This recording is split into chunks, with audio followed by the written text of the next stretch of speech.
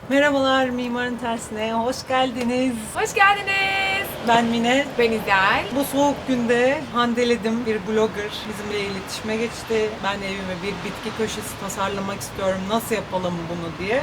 Biz de sana seve seve yardımcı oluruz diyerekten onun evine geldik. Bakalım bizi nasıl bir ev bekliyor. Evet, güzel bir bitki köşesi yapmak için hazırız. Let's go.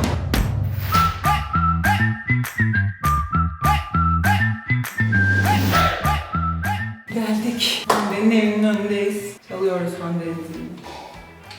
Çalamadık, ışığı açtık onu yani. Nasıl? Şurada. Ha? Evet.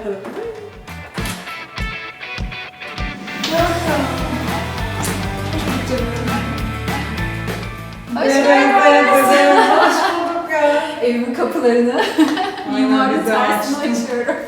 Hadi gelin, hoş geldiniz. Hande'cim bunlar nedir? Onlar benim momiji koleksiyonum. Nedir momiji? Momijiler el yapımı mesaj bebekleri. İster koleksiyon olarak da alabilirsiniz ya da sevdiklerinize hediye edebilirsiniz. Böyle altlarında küçük hazneleri var. Oraya mesajınızı koyup sevdiklerinize armağan edebilirsiniz. Handeledim.com'u 7 sene önce açtım. Ağustos ayında kurumsalı bıraktım ve yaklaşık 4 aydır tam zamanlı olarak blogumun başındayım. Bunun yanı sıra dijital mecralarda yazılı ve görsel içerik üretimi yapıyorum. Instagram'da da Handeledim ismiyle yaklaşık 5 senedir varım.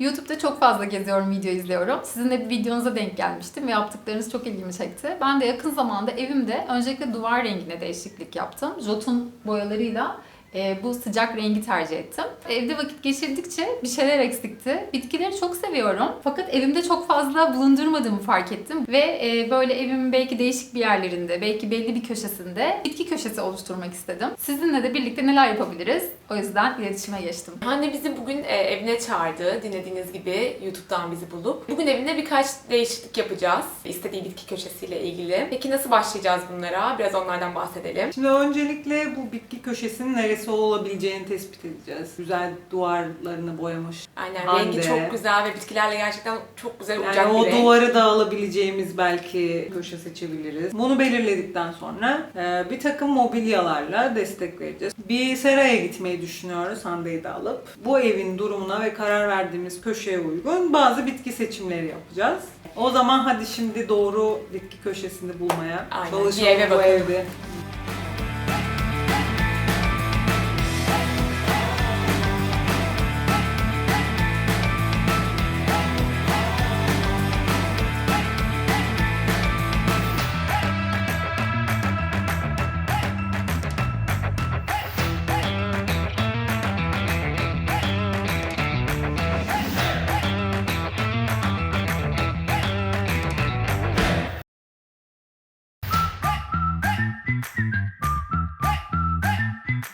Kız çok güzel buraları ya.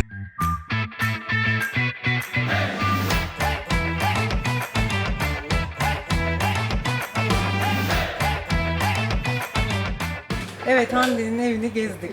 Şimdi ne yapıyoruz? Kimden, nasıl bitkiler alacağız, neler yapacağız tanıyalım. Ben Gülşah Durak, aslında genç bir girişimciyim. Uzun yıllar çalıştıktan sonra kendimi çiçekçiliğe adadım. Çeşitli aranjmanlar yapıyorum ve aslına bakarsanız tüm günüm bu bitkilerin arasında geçiyor. Müşterinin isteğine göre aslında ben kombinasyonlarını gerçekleştiriyorum. Instagram üzerinden bana ulaşabilirsiniz. Be Jealous olarak hesabımız. İsterseniz öncelikli olarak karanlık oda bitkilerinden başlayalım. 2 tane ana bitkimiz var. Bunlardan bir tanesi Sansevieria. Biz onu daha çok paşa kılıcı olarak ya da peygamber kılıcı olarak biliyoruz. Renk olarak genellikle günümüzde alacalı. Evet, kılıç bitkisi olarak da biliniyor.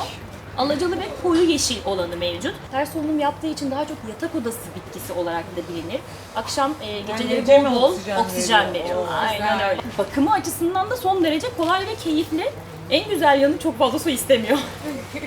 Evet, Zamya. Zamya da aynı zamanda aynı Sanseveria'da olduğu gibi çok fazla su isteyen bir bitki değil. Hiçbir zaman çiçeklere çok fazla bitkilere su vermemeyi tercih ediyoruz. Herhalde en büyük hatalardan biri biz çok Fazla sulama. veriyoruz yani. Kesinlikle fazla sulama. Son dönemlerde biliyorsunuz artık hani trendler evet devamlı değişiyor ama teraryumlar var. Teraryumların içindeki sukulentleri ve kaktüsleri öldürmek normal şartlarda çok kolay bir şey değil. Kaktüsler ve sukulentler çöl bitkileridir. Çöl bitkilerinin su alma yolu havadaki nemden sağlanıyor ve onun için yeterli. Her zaman diyoruz ki ya fısfısla Onlarla üstünden doğru 20-25 günde bir nemlendirebilirsiniz. Şimdi güneş isteyen bitkilerden bahsedelim birazcık. Niye? Çünkü Hande'nin evi güneş alıyor. Evet. Anne de geldi. Ne haber ya? Neler baktın sen orada? Neler beğendin bize Ama anlat. hepsini alıyorum şu an. Şimdi biz Ama bunu keşke. öğrendik ki her beğendiğin her yere, Her yere olmuyor. olmayacak. Aynen. Hande'nin evinde aslında şöyle bir durum var. Yarı gölge, yarı güneş alan bir alan. Salonlarımız için kullanabileceğimiz aslında birçok evde gördüğünüz yuka. Üçlü, beşli, dalları böyle sivri sivri olan bir bitkimiz var. Onun dışında önerebileceğimiz şamador bitkisi var. Areka var ve kentia var. Monstera'mız var. Bunları çok rahatlıkla evlerinizde kullanabilirsiniz.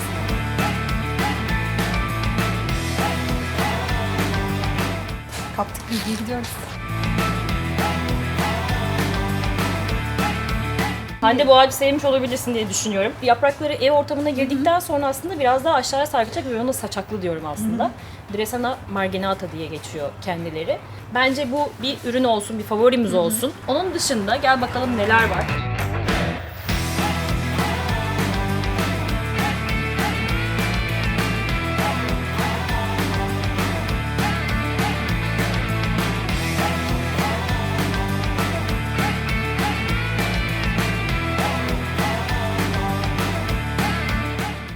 Benim sabahları saçlarım aynı böyle oluyor.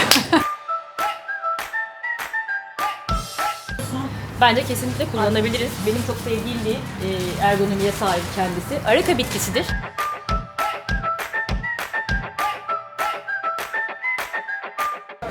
Halloween bitti yavrum. Halloween bitti. Ben hala çıkamadım. Hande daha bitkileri almadık evde sular. Yalnız zor taşıyorum.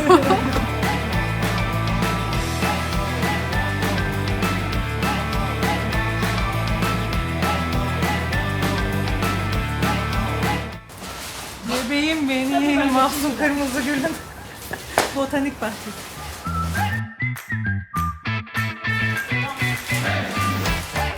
Ben saksı değilim, değilim ben. Çiçeğim ben, çiçek. Sukulent deryası burada geliyor.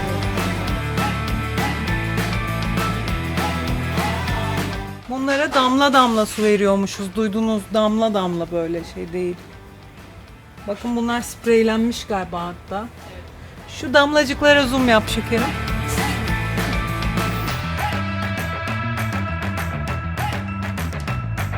Paşa Dile kılıcı, bak paşa.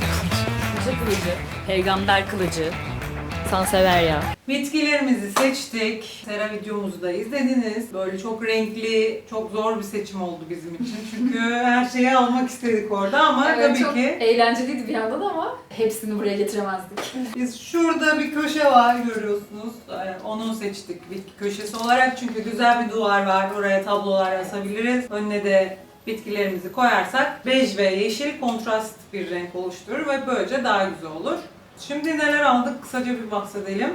Peygamber kılıcı, paşa kılıcı diye bilinen kılıç. Evet, dokunduğunuzda böyle dikenleri var. Areka'mız var, Yuka'mız var bir tane. Ön tarafta Zamya var. O da bayağı popüler. Şunlar nedir ya? Bence bunlar Bunları çok güzel. ben de yeni keşfettim aslında. Kokedema, yosun topu diye geçiyor kokedema. Haftada ya da 10 günde bir sulamak ama nasıl sulamak gerekiyor? Böyle ya dinlendirilmiş bir suyu tasın içerisine koyup bunları daldırıyorsunuz içerisine 10 dakika bekletiyorsunuz ya da musluğun altında biraz sulayıp devamında şöyle süzüp koyuyorsunuz. Hiç dökülmüyor da yani şey olmuyor da böyle. İnegöl'de bulunan Effe Design'dan da böyle bir dresuar aldık. Burada gördüğünüz bütün sevimli çiçeklerimizi dizeceğiz. Bir tane de dekopasajdan mobilya almıştık. Göreceğiz.